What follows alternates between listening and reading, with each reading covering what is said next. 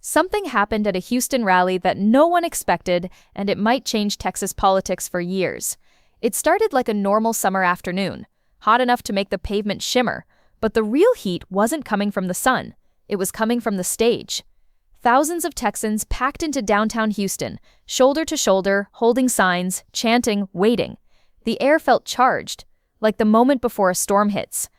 And at the center of it all stood Representative Jasmine Crockett, gripping a microphone, her face calm but her eyes burning with anger. She'd been holding back for months. People online had been whispering all morning, Crockett is about to go in. She's finally going to say what everyone is thinking. And just a few blocks away, inside the governor's mansion, one man had every reason to be nervous, Greg Abbott. But this moment didn't come out of nowhere. It had been building for weeks. A federal court had ordered Texas to restore funding to a summer meal program, food that over 300,000 low-income kids depended on. It should have been simple. The law was clear. The need was huge. The order was final. But Governor Greg Abbott refused. Instead of helping hungry kids, he filed an appeal, delaying the program, tying it up in court, and leaving families to struggle through another brutal Texas summer. His reason? A long, confusing statement about federal overreach, which just happened to match exactly what Donald Trump had said at a rally 2 days earlier. The timeline wasn't a coincidence. It was a message. Texas wasn't being led from Austin anymore. It was being steered from Mar-a-Lago, and Jasmine Crockett had had enough. She stepped forward as the crowd roared, lifting her hand to quiet them. It took a moment, but slowly the chants faded. The plaza went still. People leaned forward. Then she spoke calmly, clearly, with a voice sharp enough to cut through the heat. Today, she said, I want to talk about leadership. Real leadership. The kind that puts people before politics. The kind that serves Texans instead of serving Donald Trump. The crowd exploded. Cheers shaking the plaza. Crockett let it build for a moment, then raised her hand again. Because right now, we don't have leadership in this state. We have a governor who wakes up every morning and checks Trump's posts before deciding what Texas policy should be. We have a man more worried about pleasing Donald Trump than feeding Texas children. The crowd's anger turned electric. Signs waved. People booed. Some shouted Abbott's name, followed by a chorus of shame. But Crockett was just getting started. Before diving into the full takedown, she paused and said, before we go deeper, make sure you subscribe. Because what you're about to hear might be the moment Texas politics changes forever. She began pacing the stage, gathering fire with every step. Let me tell you what leadership looks like, she said, pulling her phone from her pocket. Yesterday, I called Governor Gavin Newsom of California. Some in the crowd laughed, expecting a joke. But Crockett wasn't joking. Now look, some of y'all don't like California politics, and that's fine. But listen to this. When a court ordered California to expand healthcare for immigrant children, guess what Governor Newsom did? She paused, letting tension build. He didn't appeal. He didn't complain. He didn't ask Trump for permission. He implemented it in 30 days. Because when the court says protect vulnerable kids, real leaders protect vulnerable kids. The crowd cheered again, louder, angrier, more energized than before. Then Crockett went in for the comparison. But Greg Abbott? When a court tells him to feed hungry children, Texas children, American children, what does he do? She lowered her voice. He files an appeal. He delays. He sends lawyers. He makes kids wait months, maybe years for food. Her voice rose again, sharp and clean. And why? Why would a governor block meals for hungry kids? She held up one finger. One person. The crowd knew the name before she said it. Because Donald Trump doesn't like the program. The plaza exploded in boos, loud enough to echo down Houston's streets. Crockett nodded, raising her voice to break through the noise. Let me make this crystal clear. We have federal judges, legal authorities, telling Texas to give basic help to its own citizens. And our governor is choosing to ignore those orders. She stepped closer to the edge of the stage. You know what it's called when a leader refuses to follow court rulings? People leaned forward, waiting. It's called tyranny, she said. It's called the breakdown of the rule of law. It's exactly what the Founding Fathers warned us about. The crowd erupted again. This time not just angry, but inspired. And that, right there, was the moment this rally went from political speech to viral history. Crockett lifted her arm and pointed toward the Texas Capitol building rising in the distance. The crowd followed her gaze as she spoke with sharp, steady control. Greg Abbott is not a king, she said. He's not an emperor. He is a public servant. A man bound by the Constitution, bound by the courts, bound by the rule of law. But somehow, he has decided that none of that matters. Not when Donald Trump is watching. A roar rolled across the crowd. He has chosen tyranny over Texans. The words hit like a punch. Short, sharp, deadly. Exactly the kind of line that would explode across social media, run on every news show, and force Abbott's office to scramble for a response. And Jasmine Crockett knew it. She had planned this moment. She had prepared this line. She wanted it to echo across Texas like thunder. But she wasn't finished. Not even close. She shifted her tone, letting her voice soften into something more personal, more painful, something every parent in the crowd could feel deep in their chest. "Let's talk about what this actually means," she said. "Let's talk about real Texans." She stepped forward, holding the microphone close. "In my district in Dallas, there's a summer program that gives kids breakfast and lunch when school is out. For many of these children, those are the only real meals they get all day. Their parents aren't lazy. They're not looking for handouts. They're working 2 or even 3 jobs just to keep the lights on and a roof over their heads. They're doing everything right and still struggling." Then came the signature Crockett move. She reached into her bag and pulled out a folder. The crowd knew what that meant. Stories, receipts, proof. She opened the folder and read. Maria Rodriguez, single mother of 3, lives in Oak Cliff, works full-time at a nursing home and cleans offices at night. Her kids are 7, 9, and 11. During the school year, they eat at school. But when summer comes, Maria has to find a way to feed 3 growing kids on $23 a day after paying rent and bills. Crockett looked up, her face tight with anger. That summer feeding program, the one Abbott is fighting in court, it gave Maria's kids real food every day. Not chips, not junk. Real meals with protein, vegetables, fruit, paid for by the federal government, not by Texas taxpayers. She paused. But Greg Abbott, following Trump's orders, decided those kids didn't deserve to eat. The entire plaza fell silent. Not a whisper, not a cough, just silent, boiling outrage. Crockett turned the page. "And here's another," she said. "James Washington, retired Army sergeant. Grandfather raising 2 grandkids after his daughter died in a car accident." The crowd tightened around her, listening. "James told me last week, and these are his exact words. Congresswoman, I served this country for 22 years. I never thought I'd see a Texas governor fight to take food away from American children. But here we are." People shook their heads. Some wiped their eyes. These weren't campaign stories. These were real Texans living through real pain. Crockett raised her voice, the fire returning. "And do you know what makes this even more disgusting? Greg Abbott says this fight is about principles. He talks about federal overreach, state rights, constitutional purity." Her voice changed, sharp with sarcasm. But when Donald Trump tells him to send the National Guard to the border, does he talk about federal overreach? No. When Trump tells him to push new voting restrictions, does he protect state rights? No. When Trump demands loyalty, does Abbott stand up for Texans? Never. She held up her hand and began counting on her fingers, each example hitting harder than the last. Trump says jump, Abbott asks. How high? Trump says deny the election, Abbott spreads conspiracies. Trump says ban books, Abbott attacks libraries. Trump says restrict voting, Abbott closes polling places in minority areas. Trump says rewrite history, Abbott censors textbooks. Trump says target LGBTQ kids, Abbott puts trans children in danger. Trump says control women's bodies, Abbott bans abortion with no exception, not even for rape or incest. Every line landed like a drum beat. The crowd's anger rose with every example. People were shouting, fist-pumping, holding up signs, chanting Crockett's words back at her. This isn't about conservative values, she said, and it's not about protecting Texas. This is about one man obeying another man. This is about Greg Abbott abandoning Texans to serve Donald Trump. The crowd roared so loudly it shook the stage.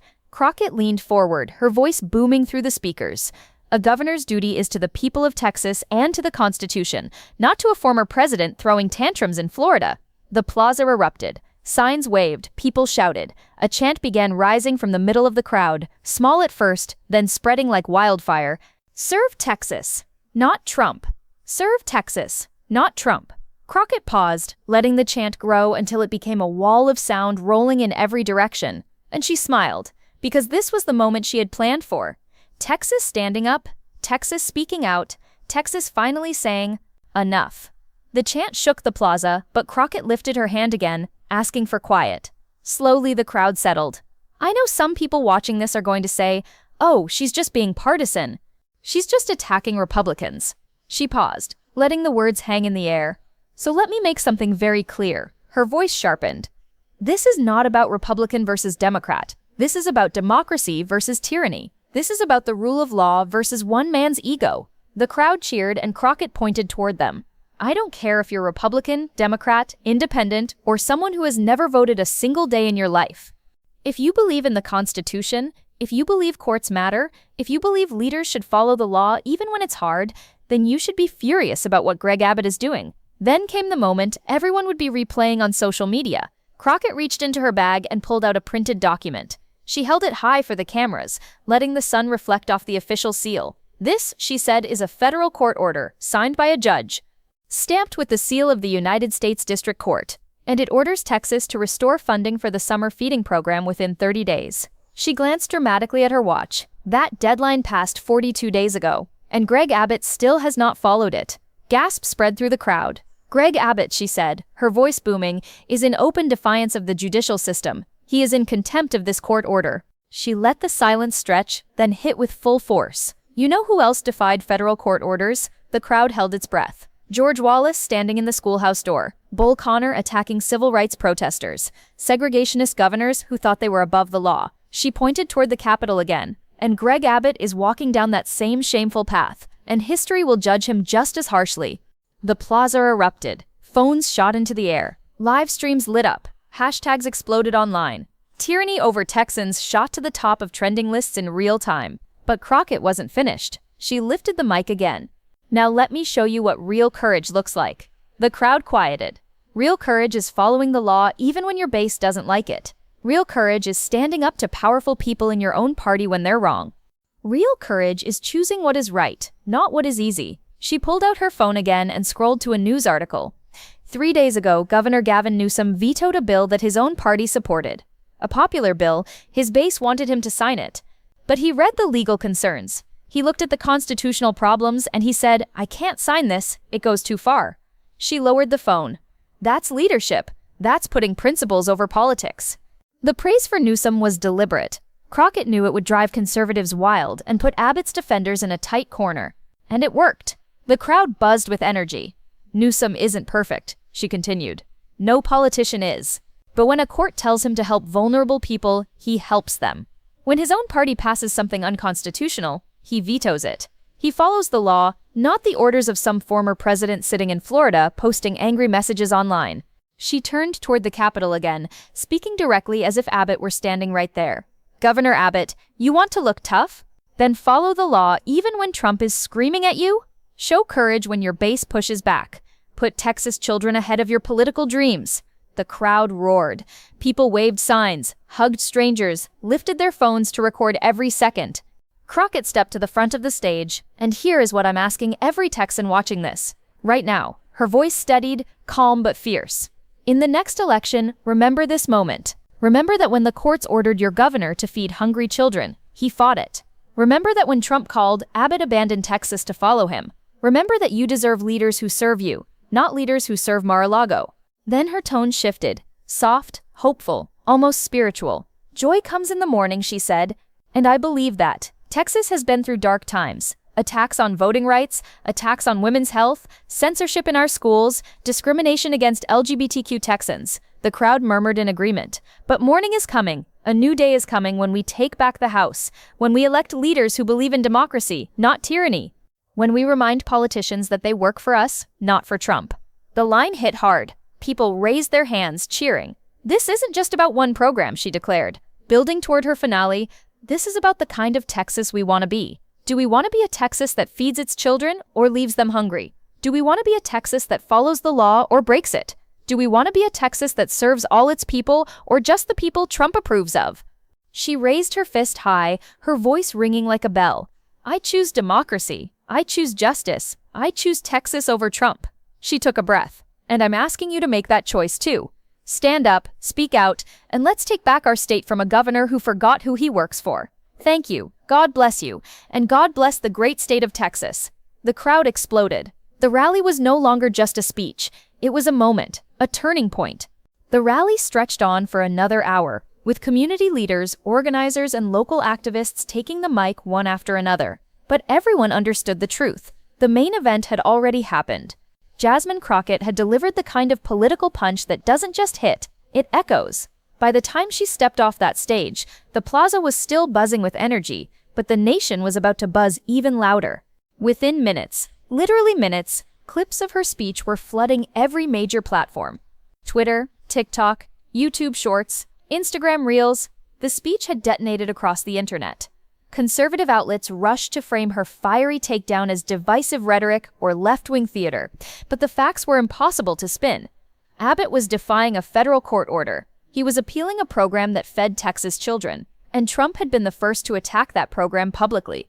By late evening, Abbott's office finally released a statement and, unsurprisingly, it landed with a thud. It was filled with legal jargon and defensive phrasing, talk of federal overreach, constitutional boundaries, and institutional prerogatives. But in all those carefully crafted paragraphs, not once, not even in passing, did the governor acknowledge the 300,000 children whose meals were on the line. Not one sentence mentioned hunger. Not one word acknowledged harm. Political analysts from the left, right, and center took note. Instead of easing the pressure, Abbott's statement poured gasoline on it.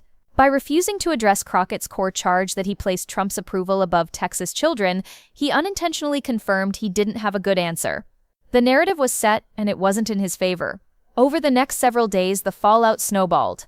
Editorial boards in Austin, Houston, Dallas, San Antonio, El Paso, they all ran sharp critiques questioning Abbott's priorities. Faith leaders representing churches, synagogues, mosques, and interfaith coalitions issued statements urging the governor to comply with the court order immediately.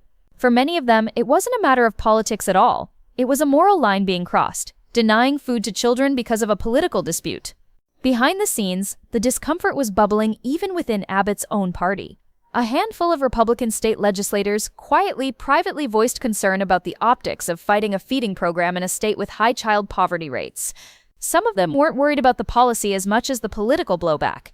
They knew this was a losing issue with suburban voters, moderate voters, and even many conservative families who depended on such programs. Progressive organizations also stepped in. Within 48 hours, they had organized protests outside Abbott's offices in multiple cities. Grassroots groups mobilized phone banks, email campaigns, and live-stream breakdowns of the court order. The chant, "Tyranny over Texans," spread from Crockett's rally signs to social media banners to protest posters across the state. Democratic candidates took notice too, up and down the ballot. From congressional campaigns to county-level races, Crockett's phrasing became a rallying cry. Her line about choosing Texas over Trump began appearing in stump speeches, fundraising emails, and debate talking points. In political strategy terms, it was a cohesive message that united the party and forced Republicans to defend an increasingly unpopular position. 2 weeks later, the situation reached a breaking point. Polling numbers were disastrous for Abbott on this issue. Independent voters were turning against him at alarming rates. Suburban parents, the demographic no governor wants to antagonize, were sharply critical of the appeal. And the faith community's pressure was still intensifying. Then, quietly, without a press conference or dramatic announcement, Abbott dropped the appeal. The official statement claimed it had been a procedural matter all along, that his office had received necessary clarifications, and that the state would now move forward with compliance. But no one believed that explanation. Everyone understood the real story. Jasmine Crockett had backed him into a political corner from which he couldn't escape. Abbott blinked. Crockett didn't. The kids got their meals. The feeding program resumed. And Crockett's reputation as a politician who doesn't just challenge power, but forces it to act grew even stronger. Yet, even with the immediate battle resolved, larger questions lingered in the air. Had this confrontation permanently shifted Texas politics? Had Abbott's unwavering loyalty to Trump finally become a liability instead of an asset? And more importantly, now that Jasmine Crockett had demonstrated her willingness to call out anyone, absolutely anyone who failed their constituents, who would dare to stand in her way next. As commentators continued dissecting the moment, one thing became clear. This wasn't just a policy fight. It had become a defining test of leadership, accountability, and political courage in Texas. Crockett herself had framed it that way during her speech, and that framing spread like wildfire. This is about democracy versus tyranny, she had said earlier in the rally, turning the plaza into something closer to a courtroom. And she meant it literally. She wasn't talking about political labels or party affiliations. She was talking about the fundamental idea that elected officials are bound by law even when they don't like the outcome. She'd held up the court order like a piece of evidence signed by a federal judge, stamped with the official seal, crystal clear in its instructions. Then she'd checked her watch, letting the silence hit like a drum. The deadline passed 42 days ago. The crowd understood the implication instantly. This wasn't a disagreement. It was defiance. And when she compared Abbott's refusal to comply with the actions of past segregationist governors who had defied federal courts, she knew exactly how explosive that reference was. It wasn't hyperbole, it was historical parallel. Moments when state leaders chose ideology over law, and when federal courts had been forced to intervene because the rights of vulnerable citizens were being trampled. The internet lit up as she spoke. Hashtags trended, clips circulated with millions of views. Conservative commentators scrambled to respond, but struggled to counter the clarity of her message. But her speech didn't end with accusation. It transitioned into contrast. She highlighted Governor Gavin Newsom's veto of a bill passed by his own party just days earlier, noting that he did so because it carried constitutional problems. Whether or not people agreed with Newsom's politics, Crockett's point was simple. Leadership means following the law even when it's inconvenient. Abbott, she argued, wasn't doing that. The tactic was sharp and strategic. It forced conservatives defending Abbott to either condemn Newsom for following the law or admit Abbott was ignoring it.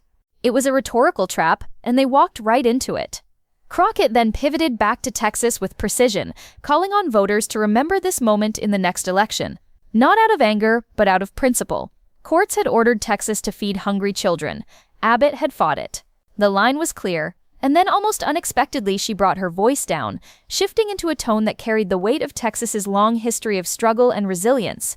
She invoked the phrase, "Joy comes in the morning," tapping directly into the faith traditions shared by so many Texans. It reframed the political conflict into something moral, something spiritual, a battle between darkness and light, oppression and liberation, neglect and compassion. She wasn't just demanding accountability, she was offering hope. Her closing message, choosing democracy, choosing justice, choosing Texas over Trump, landed with thunder.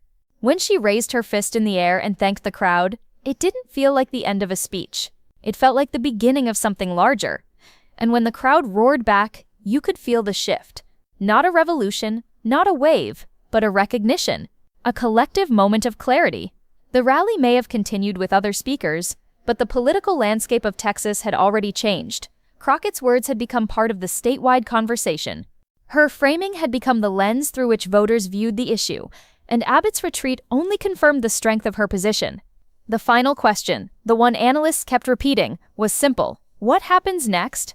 Would this momentum transform into lasting political change? Would Abbott's relationship with Trump finally cost him support? Would Crockett's boldness inspire more Democrats to challenge long-standing political structures, or would the moment fade like so many before it?